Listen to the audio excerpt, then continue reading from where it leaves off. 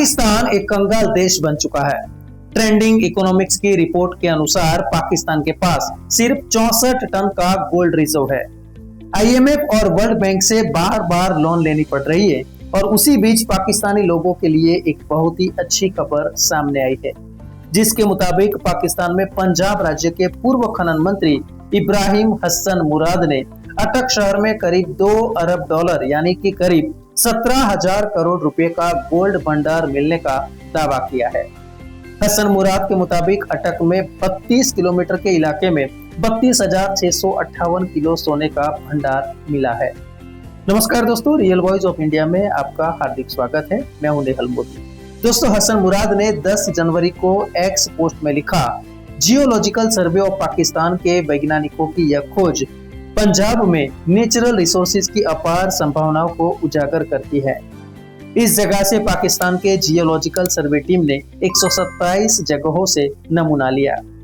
यह खोज पाकिस्तान की खनिज संपदा को उजागर करने की दिशा में एक महत्वपूर्ण कदम है, जो देश को आर्थिक तौर पर मजबूत करने के साथ आने वाली पीढ़ियों के लिए नए अवसरों की संभावना तैयार करता है।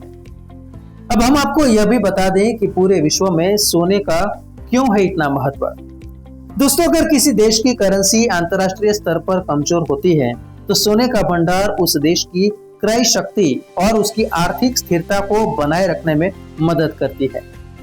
1991 में जब भारत की इकोनॉमी डूब रही थी और उसके पास सामान इंपोर्ट करने के लिए डॉलर नहीं बचे थे, तो उसने सोने को गिरवी रखकर पैसे जुटाए थे और इस फाइनेंशियल क्राइसिस से बाहर आया था। बहुत अधिक भंडार होने का मतलब यह है कि देश की अर्थव्यवस्था मजबूत है। यह भी पता चलता है कि वह देश अपने धन का अच्छी तरह से प्रबंधन कर सकता है।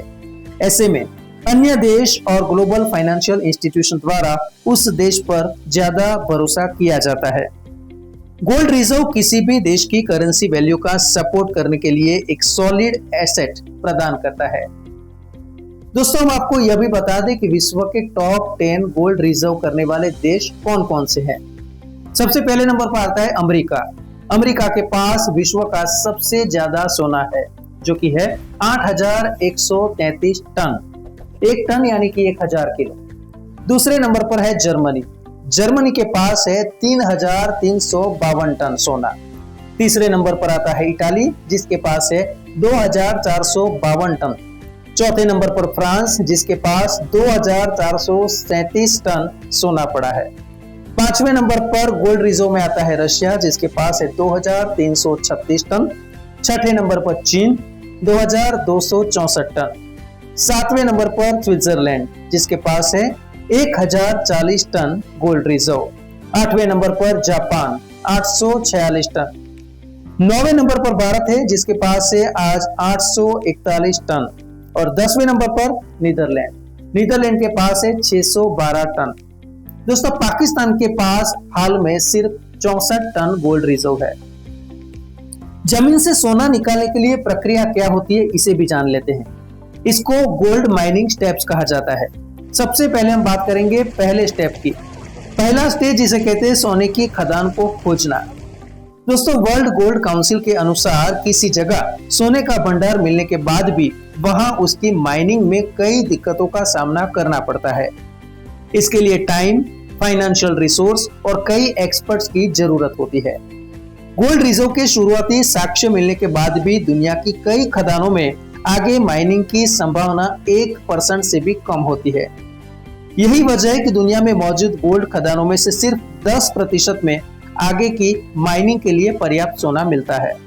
एक बार जब यह तय हो जाता है कि सोना निकालने के लिए आगे माइनिंग की जा सकती है, तो इसके लिए डिटेल में मॉडल तैयार किया जाता है। इस पूरी प्रोसेस में 1 से लेकर 10 साल तक का समय लगता है। अब बात करते हैं दूसरे स्टेज की। दूसरा स्टेज यानी सोने की खदान को डेवलप करना। एक बार जब यह तय हो जाता है कि किसी खदान में गोल्ड की माइनिंग की जा सकती है, तो इसके बाद आगे की खुदाई के लिए खदान को डेवलप किया जाता है। माइनिंग कंपनियां आगे की प्रोसेस शुरू करने से पहले परमिट और लाइसेंस के लिए अप्लाई करती है। आमतौर पर इस पूरी प्रोसेस में कई साल लग जाते हैं। हालांकि यह वक्त अलग अलग जगहों के हिसाब से अलग अलग हो सकता है। कागजी कार्यवाही पूरी होने के बाद माइनिंग कंपनियां यहां काम करने वाले वर्कर्स के लिए इंफ्रास्ट्रक्चर डेवलप करती है। इस पूरी प्रोसेस में 1 से लेकर 5 साल तक वक्त लगता है। बात करते हैं तीसरे स्टेज की। तीसरा स्टेज यानी गोल्ड माइनिंग। गोल्ड माइनिंग में तीसरी स्टेज सबसे महत्वपूर्ण मानी जाती है। आमतौर पर गोल्ड अयस्क से मिलता है।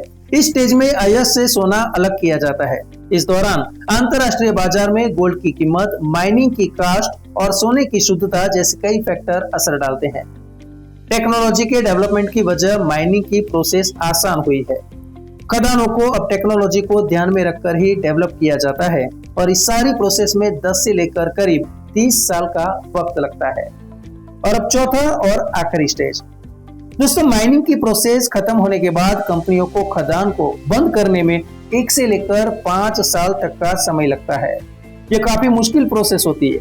इस दौरान कंपनियां खदान को बंद करके इलाके की साफ सफाई करती है और फिर वहां पे पौधे लगाती है। खनन कंपनी को खदान बंद होने के बाद भी लंबे समय तक खदान की निगरानी करनी पड़ती है। अब इतना कुछ करने के लिए पाकिस्तान कितना तैयार है? क्या यह सोना निकालने के लिए पाकिस्तान के पास पर्याप्त धनराशि है? अगर सोना निकलता है तो क्या पाकिस्तान उसका सही इस्तेमाल कर पाएगा? दोस्तों, मुझे उम्मीद है यह वीडियो आपको पसंद आया होगा। अगर आपको पसंद है तो वीडियो को लाइक दीजिए, चैनल को सब्सक्राइब कीजिए। धन्यवाद। મિત્રો, આપ યુટ્યુબ ઉપરાંત ફેસબુક, ઇન્સ્ટાગ્રામ, એક્સ સોશિયલ મીડિયાથી પણ અમારી સાથે કનેક્ટ રહી શકો છો। દેશ વિદેશના તમામ સમાચારો વાંચવા માટે અમારી વેબ પોર્ટલ revoy.in ઓપન કરશો। ધન્યવાદ।